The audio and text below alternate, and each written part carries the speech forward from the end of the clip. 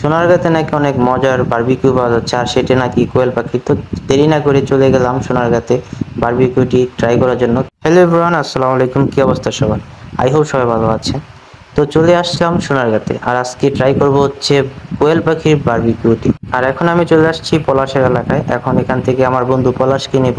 আর ওর এলাকাটি কিন্তু খুব সুন্দর। এই নদীর পাড়টা আমার কাছে অনেক ভালো লাগে। সরি, এটা নদীর পাড় না, একটা দিঘির পাড়। আর এই হচ্ছে আমাদের পলাশ, দাঁড়িয়ে আছে আমার জন্য। এই হচ্ছে বেচারা।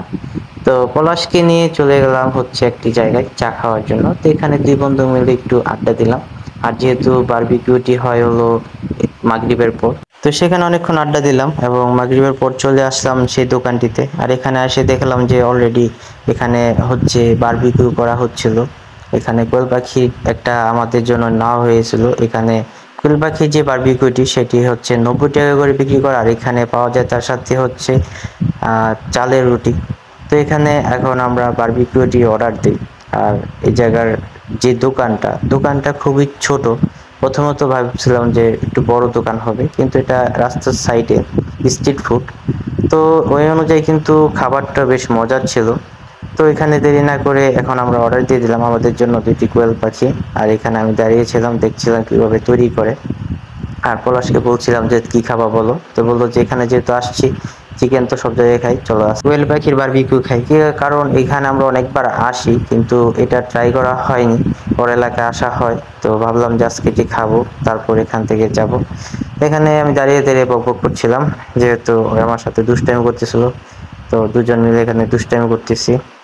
আর এখানে ভাবতেছিলাম যে কখন হবে, যেহেতু এত লোভনীয় একটি খাবার। তো এই জায়গায় আবার তার সাথে আমাদেরকে দিয়েছিল হচ্ছে চালের রুটি। তো এখানে অলরেডি আমাদেরটা হয়ে গেছে। এ হচ্ছে, যেহেতু কোয়েল পাখি একদম ছোট ছোট, কিন্তু খেতে বেশ মজারই ছিল, এতটা খারাপ না। যা ভাবছিলাম তার থেকে বেটার।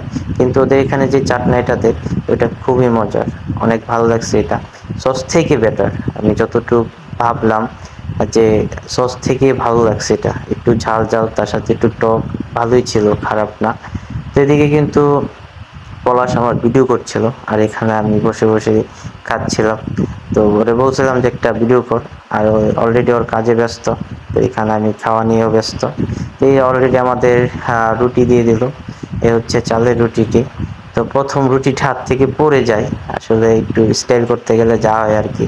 তো পড়ে গেল, তো ব্যাপার না, এটা কোনো ব্যাপার না। তো খাচ্ছিলাম, আর খাবারটি কিন্তু বেশ মজার ছিল। এর বারবিকিউটি একটু ঝাল ঝাল ছিল, আমার কাছে মোটামুটি বলতে অনেকটাই ভালো লাগছে। আর ওদের চাটনিটা কিন্তু বেশ মজার।